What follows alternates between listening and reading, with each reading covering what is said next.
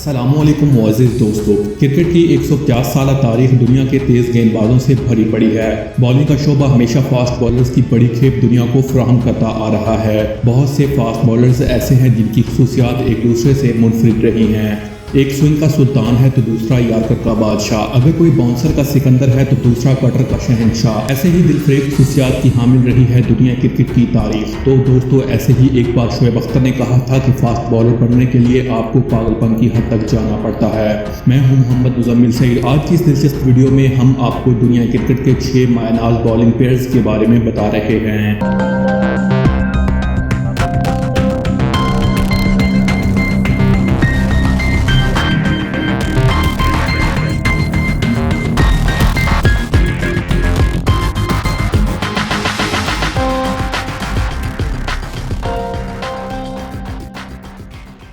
Number 1، Shoaib Akhtar and محمد آصف۔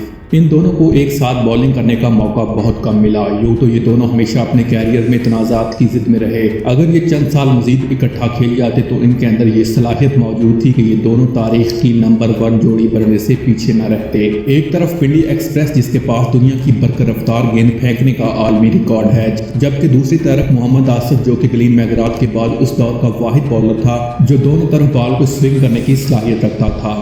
دنیا کے بڑے بڑے بلے باز جن میں سچن تینڈولکر، کیون پیٹرسن قابل ذکر ہیں، ان سب کو گھٹنے ٹیکنے پر مجبور کر دیا تھا، جبکہ شعیب اختر کی دہشت سے اس وقت کا ہر بلے باز خائف تھا۔ اس کے خطرناک باؤنسرز نے دنیا کے بڑے بڑے بلے بازوں کو زخمی کر دیا تھا۔ مختلف تنازعات میں گھرنے کے بعد ان دونوں کے کیریئر میں اتار چڑھاؤ آتے رہے، اور یہ دونوں ستارے کرکٹ کے افق پر چمکے تو ضرور، لیکن اپنی صلاحیتوں اور ٹیلنٹ سے انصاف نہ کر پائے۔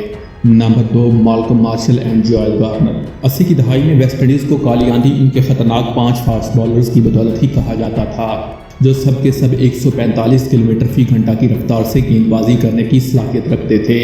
مالکم مارشل کے علاوہ سب کا قد 6 فٹ 5 انچ سے زیادہ تھا۔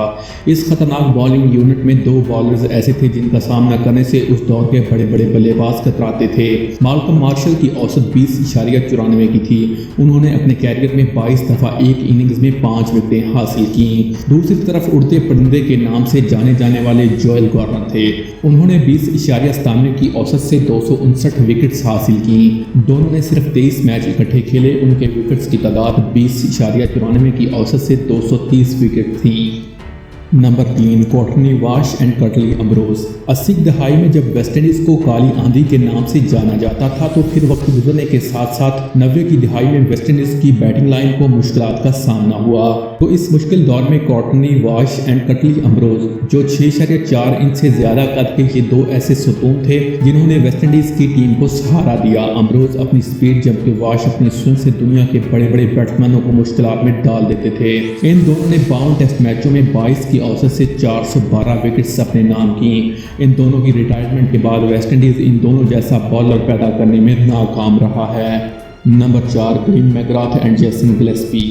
فاسٹ بالر کی بات ہو اور آسٹریلین ٹیم کا تذکرہ نہ ہو تو یہ سراسر نا انصافی ہے۔ اس سرزمین نے بھی دنیا کرکٹ کو برق رفتار گیند باز دیے ہیں۔ ان فاسٹ بالرز میں گلین میکگراتھ اور جیسن گلیسپی کا نام سر فہرست ہے۔ ان دونوں گیند بازوں کی جوڑی نے دنیا کرکٹ میں مخالف بلے بازوں کو ہمیشہ جھنجھوڑ کر ہی رکھا۔ میکگرا کے پاس یہ صلاحیت تھی کہ وہ اوور کی 6 کی 6 بالوں کو ایک ہی جگہ پر پھینکنے کی صلاحیت رکھتے تھے، جبکہ گلیسپی اپنی سیم اور سوئنگ کی بدولت مخالف بلے بازوں پر پورے آب و تاب سے چڑھ دوڑتے تھے۔ گلین میکگرا نے 30 ٹیسٹ ایشز میچز کی جیت میں 22 میچ جتوانے میں اہم کردار ادا کیا تھا۔ انہیں اپنے دور میں برٹلی جیسے برق رفتار گیند باز کا ساتھ بھی رہا، لیکن گلیسپی کے ساتھ یہ زیادہ سود مند ثابت ہوئے۔